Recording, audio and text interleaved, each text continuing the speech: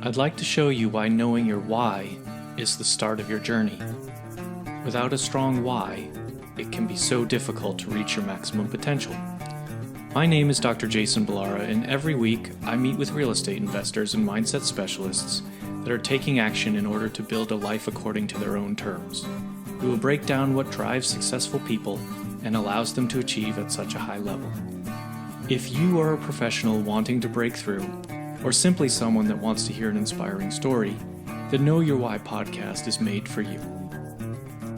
Hi everyone, I'm Jason Balara, and this is the Know Your Why podcast. Today I'm here with Jonathan Tonks. Jonathan lives in Holland, Michigan, and began his career as a continuous improvement engineer for a multi-billion-dollar automotive supplier.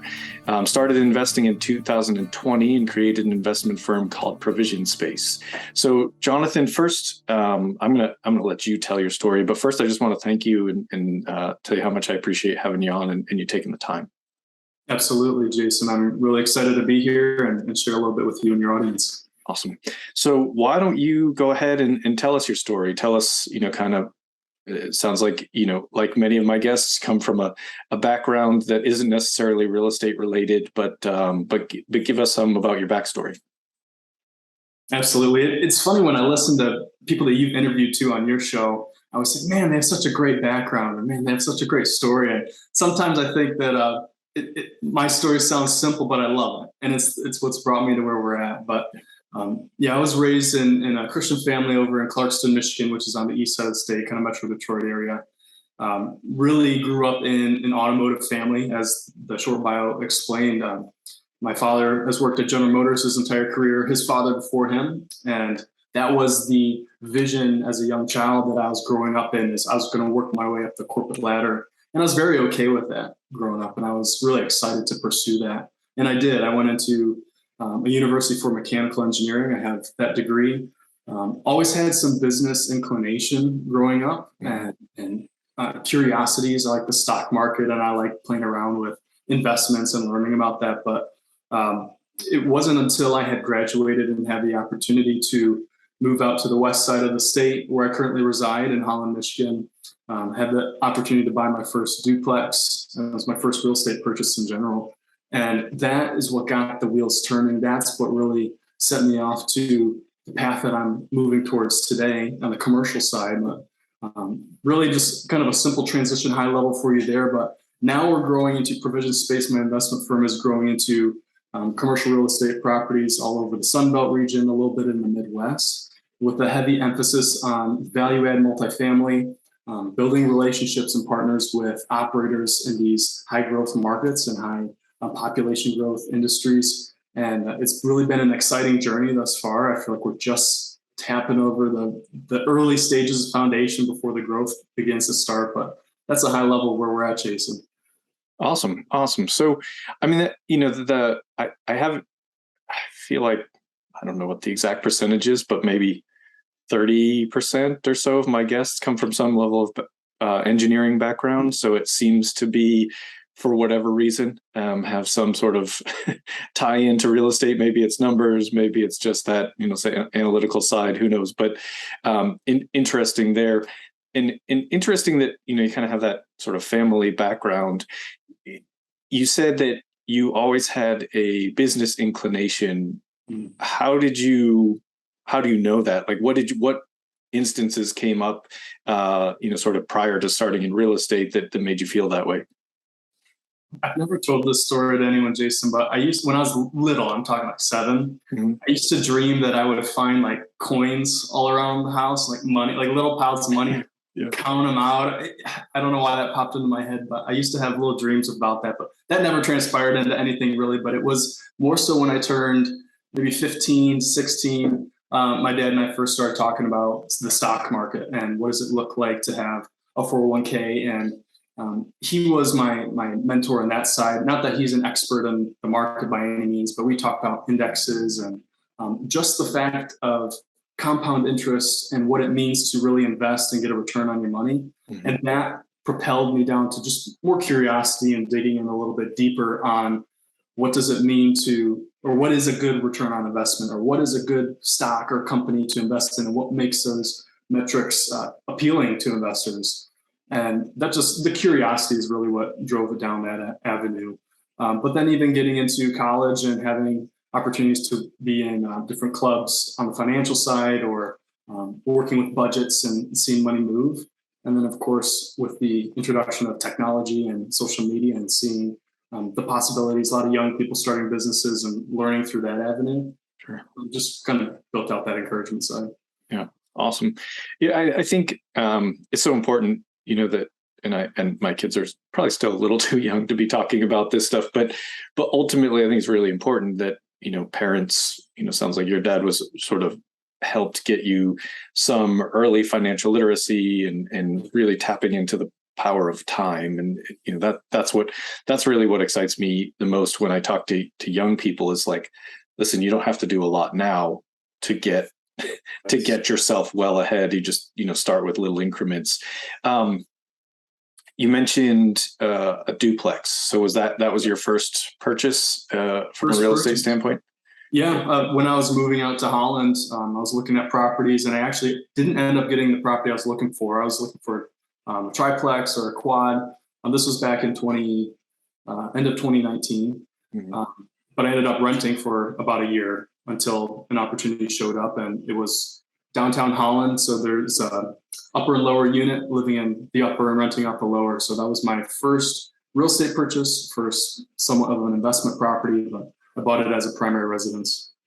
Okay. Which is a great way to start. I mean, right? Like a lot of people start with that, house hack type of situation, whether it's, a single family with roommates or some sort of multifamily, duplex, triplex, whatever it is, but you're living there and then having, a tenant, help, whether they're paying all of the, expenses or they're at least paying a good portion of them. It's still, you're saving money there, and then you can sort of redeploy that capital.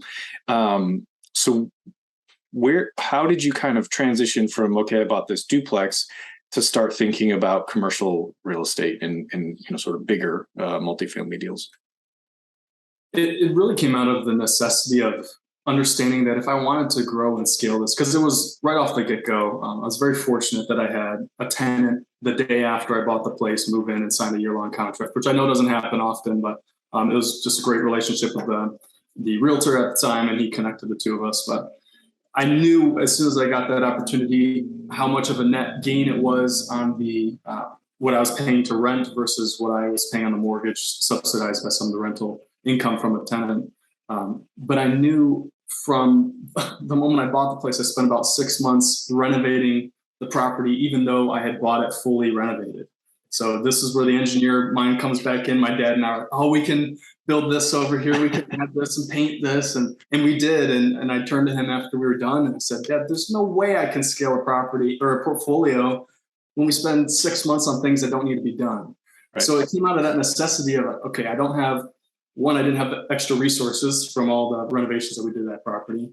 And then I didn't really have a team built out. So fix and flips wasn't really on my mind. Wholesaling wasn't on my mind. It was more, I just got to meet people who are doing something bigger and better and just learn from them. So it just became, I was going to virtual webinars. I was going to in-person conferences and just networking with people and asking, where do you learn how to do commercial? Where do you learn how to scale a portfolio? And I had a couple people recommend a mentorship program, joined that right away and got plugged in and just learned by doing and by networking with people in that group. Yeah. Yeah. And another, sort of common theme certainly is that, the network and then also the mentorship, right? That those things are huge in terms of accelerating that learning curve and also, hopefully just avoiding some of the mistakes that can be made in the beginning. I think everybody's going to make some mistakes, or not even necessarily mistakes, but just have things not go the way you planned them. And so having that mentorship helps avoid some of that. So tell us about, kind of the first commercial deal. How did that come about? Kind of what was your role? What did you do there? Yeah, it was my coach who, through that mentorship program, who had the opportunity. And it was a 60 unit property just outside of Pittsburgh, Pennsylvania, about 40 minutes north of Pittsburgh. And I approached him. We had been calling every couple of weeks and bouncing ideas off each other, trying to figure out, where do I add value to the team? Is it underwriting? Is it raising capital? Like, where do I fit in the puzzle? And I called him this one week, and he told me he had a property under contract, and he said, if you want to give it a shot, you can raise, and he gave me a target for raising capital and being part of the asset management team, and kind of learning by doing was his mantra. Yeah. And at the time I was like, oh, no problem. I think it's like 300,000 was the goal. Like, oh no, I could raise $1 million, and Yeah. and I go in, and I very quickly learned I was not capable of raising $1 million, especially the first time. But I hit the goal, and it was just the relentless and unashamed calling, texting, emailing everybody that I knew, even if we hadn't talked about commercial real estate. I talked to a lot of people just about the early success through the duplex and business back in the day, just in general, talking to people. So they knew I was going to do something along those lines. But when I had that opportunity to raise capital, that was the first moment that I got to be part of a GP team, and still on the asset management calls today and helping run that property. Awesome. I think that is a really good thing just to stop on for a second and talk about that sort of first capital raise where you think, oh, this, because tell me what you think, but I feel like it's a scenario of once you get into it, right? Once you get into real estate and you're in that, they're in the mentorship program or whatever phase you are in the beginning, where you're like, all of a sudden you realize the power, right? You realize the power of this, what a great opportunity it is. And so you're fired up about it. And you're like, why wouldn't everybody, like, you think you're just going to talk to, you could walk up to someone on the street and they'd be like, yes, that's a great idea. You just because I think a lot of us do that. And it's one of the reasons why people who are experienced capital raisers are like, it's going to take you, you probably can raise half as much as you think you can raise, if that. And, sometimes even that's a challenge. So, you mentioned that you were sort of calling and texting, and just what was your thought process in all of that? I would imagine, if you thought, oh, I can raise $1 million, and then you found it was hard to raise, 300,000, even whatever the number is, right? Like what was your thought process through that? What, I'm sure you probably reached out to your mentor as well. Like, how did that, walk us through that? Because I do think that's a very common thing that people starting out in the business go through. And I can say from firsthand experience, it doesn't like go away after the first one. Like it continues to be a struggle until it's not, right? I think suddenly at some point people reach that inflection point and they're like, oh yeah, I just send out one email and everybody throws money at me. Like it's a great spot to be in, but it's also not, it takes a lot of work to get there. So what did you do? What things can people who are beginning sort of take away from your experience? Yeah, there's a couple things that come to mind, and one particularly that I want to highlight, Jason, and it's the fact of, and the power of a mentorship group. The reason why we join it is not just to have formal training or to have fun with people, which is important, but being surrounded by people who are doing really well sets a different level of expectation on yourself moving forward. So when I had that opportunity to raise 300, I basically told myself, like, there's no way I'm not raising 300. Like, I'm not settling for less. I'm going to do 300 and that's it. And I had been in the mentorship group maybe 2.5, 3 months at the time, probably 2.5 months when I had this opportunity to start. So I had been slowly networking and sharing with people, but you're overcoming that imposter syndrome of, I'm still working full-time as an engineer, but I want people to recognize me as a real estate investor. And there's this kind of dichotomy of, what do I present to people and how do you build that trust quickly? And a lot of the people, or all the people who invested in that first opportunity, were people that I knew even before I got started in real estate. And it's people that I'd already built a relationship with, already trust me based on results in different areas and arenas in life. So that's an important distinction, is being in that mentorship group just gave me the confidence and the expectation on myself on what would be acceptable. But then to touch on the points of, it really doesn't go away, even though the amounts are growing, right? It helps tremendously when you have the systems in place and the email cadences are going out timely and the right information is presented to people, because you're trying to show consistency over the long run. That's why when someone can send an email and they get all these soft commits, or they can make a phone call and raise $1 million. Like, the reason people can do that is because they've delivered first and foremost. Yeah. They're doing it consistently, and they show not only through return on investment, but through the types of, or the way they communicate with their investors, the way they distribute the capital, the return on investment on time. Is it exactly what was promised? Is it over and above what was promised? Just those little details that we think are insignificant build that confidence and that trust in people, to the point where I can call someone up and say, hey, we have an opportunity in a couple of weeks. Are you interested? Yeah, I'm going to wire however much I have at the time. So it's definitely a process, and quite cyclical, especially during the raise moment, because you get people who are committed, especially first timers. Oh, I'm in. I'll do the minimum, and they're like, oh, something popped up, and like, oh, I'm back in. So I think the maturity that happens over time, the longer you're in this business, is settling that emotion. Like, try not to be so cyclical, a little bit more steady, and understand that everyone's going through their own things. Don't put any overbearing expectations on someone to deliver. Just keep following up. Don't ever give up on someone too. That's a big one, especially the people who back out. Don't ever give up on that person. Try to learn why they backed out or why they're uncomfortable, and try to help them understand it, because it's you really got to take care of your people all the way through. And that's been the biggest return on investment for me, is seeing people who were a little nervous, not because they didn't like the product, but because they didn't really understand it, helping them understand it. And then they are excited and on multiple opportunities with me now. So it's really, really cool to see that. Yeah. Yeah. No, that's a lot of, really great points, Jonathan. I think that, kind of, especially what you said about sort of people that it's now easy to raise.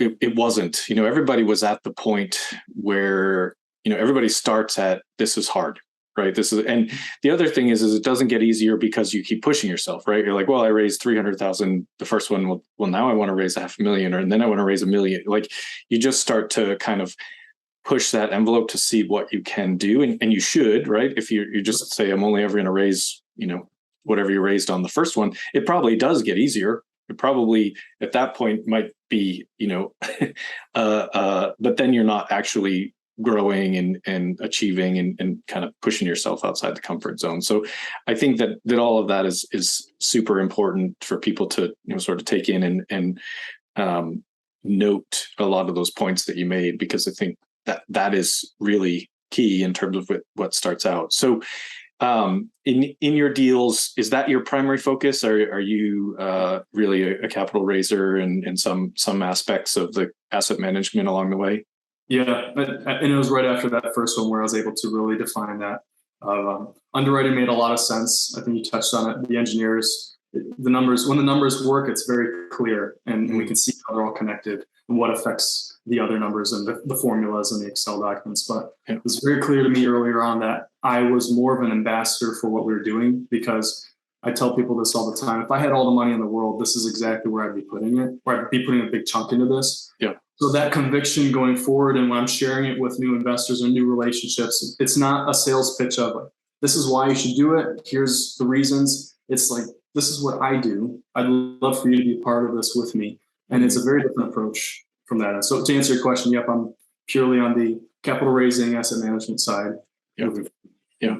Well, and if you're going to raise capital, you have to believe in it, right? Because you're not really, it's not a sales pitch. It's truly an opportunity that you are, sort of providing to people, and you need to believe that. It's not just, hey, you can, I'm sure even the best salespeople in the world, they probably can raise some capital, but at some point you got to really just buy in and be 100% committed to whatever the product is. So, and in this case, the product is real estate investment. So I think that's a really good point.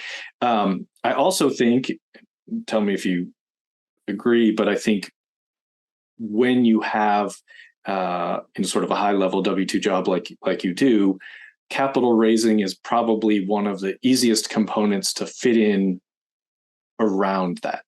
Like from a time perspective, you can have your investor calls in the morning, in the evenings, on the weekends, and whereas some of the other things really require you to be available, sort of business hours essentially. But as a capital raiser, anyone who's raising, I mean, it's conversations, it's the education that you talked about. It's, because yeah, you have people that are excited about it because you're excited about it, but they don't necessarily know what the process is. And so there is a lot of education that goes along with it. So I think from a day structure, a lot of times it makes sense in that regard. Yeah, you're absolutely right. And not to say that any of the jobs are easy or harder, but in terms of a time commitment, absolutely, it's more flexible. And right. I think if you're going to be an excellent underwriter too, and have those relationships with brokers, either the standard up front has got to be that, hey, I only have these hours of the day that I can respond to your emails, just so they're aware, or it's like you're underwriting all night every night. So it's however it works best with your schedule. I know people have families, and I'm thankful that at this stage of life, I have the flexibility in my own free time. I'm single and don't have any kids. So that gives me a lot of room to strategize, to network, to do last minute. Sure. Done. Sure. Yeah, no, I think, and yeah, was not, in no way was I saying capital raising is easy. No, to me, it's the hardest part, but I think that it is just from a time flexibility. Yes. It's like, if you're dealing with contractors and property managers and stuff, they all turn off the phone at 5 p.m. And so there's that kind of challenge in getting things done outside of normal business hours at that point. But a lot of investors, they have jobs too, so they're like, yes, let's talk about this on the weekend, or let's talk about this in the evenings and stuff. So it makes total sense. What's on the horizon for you? What are your goals? Kind of what are you looking out to do here? I know we're coming to the end of the year, but it sounds like you're still pushing hard through to finish up the year strong. Yeah, man. I'm curious to hear your thoughts on this, and maybe we can talk off camera or on camera on this question. But the topic of sharing your goals with people and speaking it into existence, I'm curious where your head is on this. The reason I say that is I have a couple things that I want to share, but I don't think it's the right time to share just yet. Yeah. That'll be coming out soon. But my goal that I've been telling people on the syndication side is $1 billion in assets within the next 5 years. Assets under management. So that's I call it a short-term, midterm goal for us for 5-year span. But yeah, we're pushing real hard for the end of the year. We have 2 more assets we're going to be closing before the end of the year, probably around Thanksgiving time. So 79 units coming up, and then another 252 coming up as well. So we're not waiting to the new year to get moving. Right. No, that's fantastic. The goals question is a good one, because I do think there's maybe pros and cons to put. I think accountability, if you put it out there publicly, these are my goals, then you have accountability on that. And I think there are goals that are appropriate to put out into the world. And then there are, you don't have to I don't think anyone should necessarily put their personal life goals, like, because you should have goals in all aspects of life, really. So, personal, professional, fitness, whatever it is, if you have kids, like, what are your goals with the kids for the year, that kind of thing. So I think all of those things are important, but I don't think necessarily you should or need to put out every single thing. And I also, if it's not something that you're comfortable putting out there, then don't. I think, social media in a way tells us we should put everything out there. And it's interesting because I recently went to a kind of high level mastermind event it was really cool. And there was a lot of, talk about feeling like you're the dumbest person in the room. Like, there were a lot of people there that were just seeing, and it wasn't just in real estate. It was kind of across different fields, and just kind of being around them was super cool. But some of them were real estate people. And what I found, I don't know if other people experience this, but I found like some of them have really big Instagram followings, like have a lot of like social media reach. And it felt weird. It felt like I was like a stalker talking to them, because I already knew everything, or I already knew a lot about them that was sort of what they put out publicly. And so it did feel a little weird. Like normally you meet someone, you come up, you have a conversation, and you might ask them some things about themselves.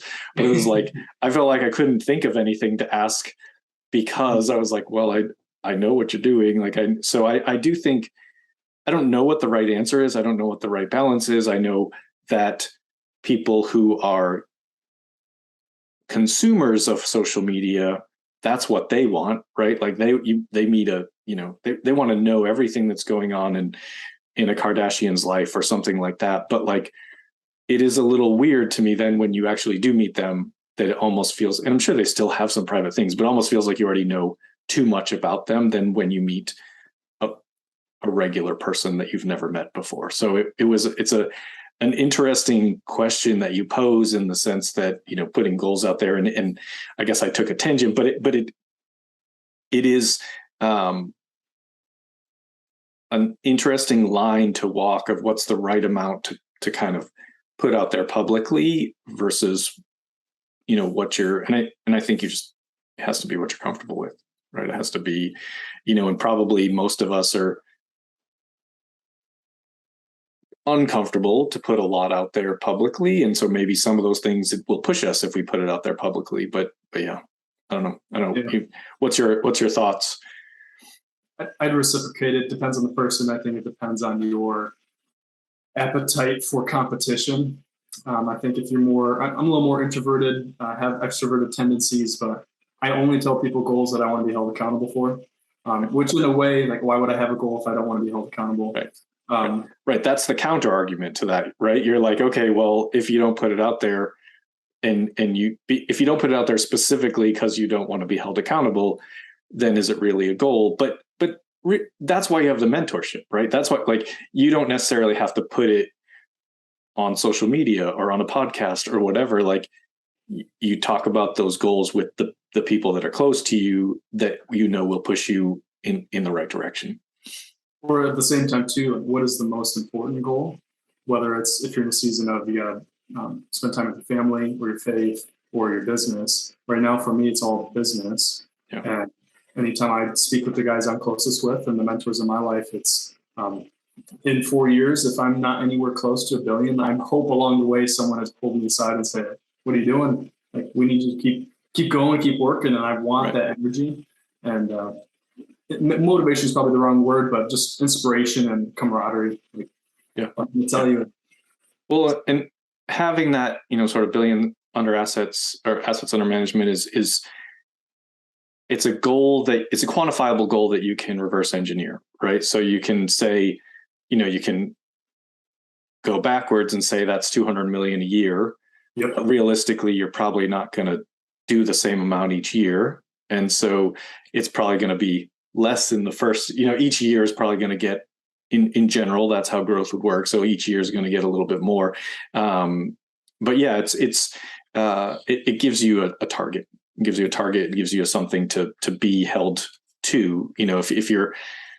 If your goal is $1 billion and you're doing, buying 12 units a year, you're not going to get there. So you kind of, it can steer you in the right direction at least. Unless those 12 units are very expensive.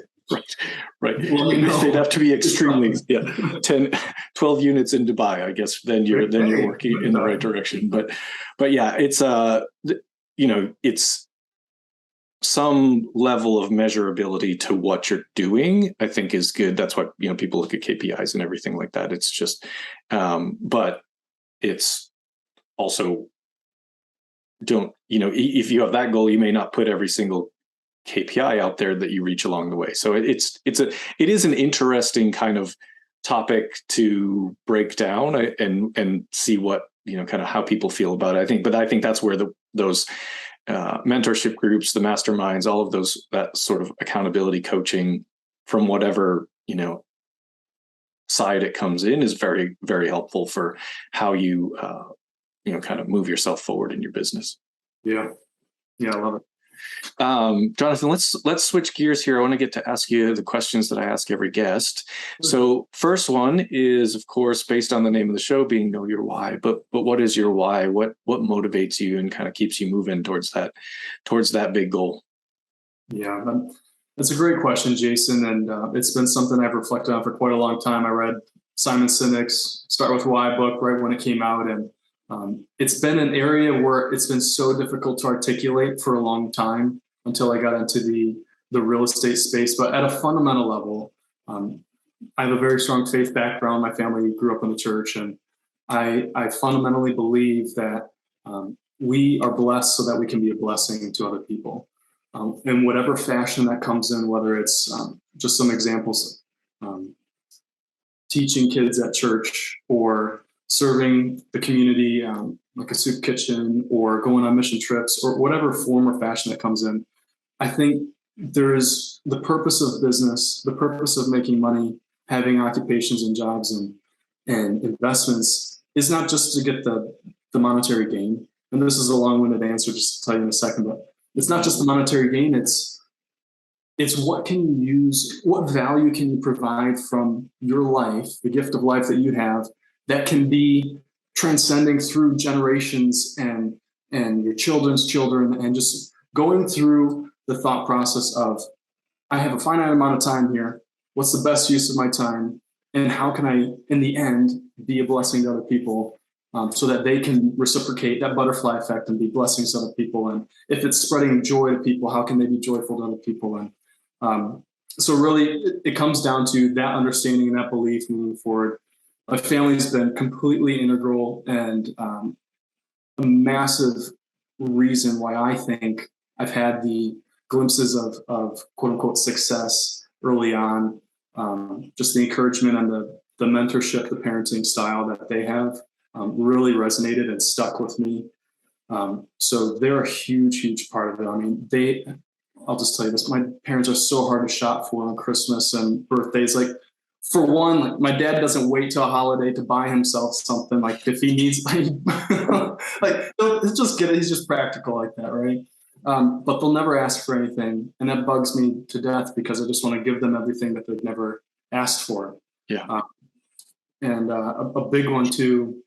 So I'm going on about this one, but family's huge. But my mom's dad, my grandpa on my mom's side, he had a small tuxedo business back in the day. And I didn't know this whole story until he had passed, but he sold it, and he used the proceeds to, every summer, I have 24 cousins on my mom's side. Every summer, he would rent a house, and we'd all, like, everyone would spend the holidays together every summer. We never missed. And since he passed a couple years ago, like, we've missed, and we haven't kept that tradition going. And just things like that, that's not happening ever again. And I don't want money to be a reason why people can't visit and we can't create memories together. And that's just a huge conviction in my life. I want to eliminate every excuse there is to not have that happen. So family's a big one. Faith, belief, and all those are huge as well. It's amazing. That's amazing. So the grandfather story resonates a lot, because my grandmother is that person, and we are about to lose her as of, who knows, any minute now. Unfortunately, she's in hospice, but she was the one that created that space that everybody would go to. So yeah, it's a big deal, and being able to kind of carry on those talking, it's totally off the rails, but I don't care. We can, it's my podcast. We talk about whatever we want. My wife and I went to dinner last night, and my grandmother's house is the place where family gathered. And I just started thinking, like, I think I got to buy that house. Like, I think I don't know what's going to, like, I don't know if someone else in the family wants to, but I feel like it would be hard to see it not be in our family. And so I'm like, part of me is like, well, I think I know what my next real estate purchase needs to be, like that. So it just, yeah, it's a great way to, kind of preserve those memories and give back, and giving back on a personal level is just as important as giving back, kind of on a global scale, or, people, I think a lot of times people think about that, when they say I work for impact, or I'm giving back, or whatever. Like, sure, that's great. Let's help people. Let's help people around the country, around the world, but also like sometimes good to think close to home. And so, yeah, I love that story. So thank you for sharing that, Jonathan. I think that is super important.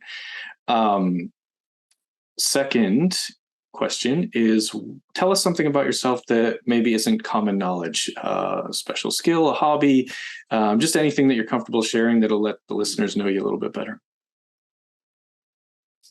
The big one, and I like to tell people this, but I earned my pilot's license a couple years ago.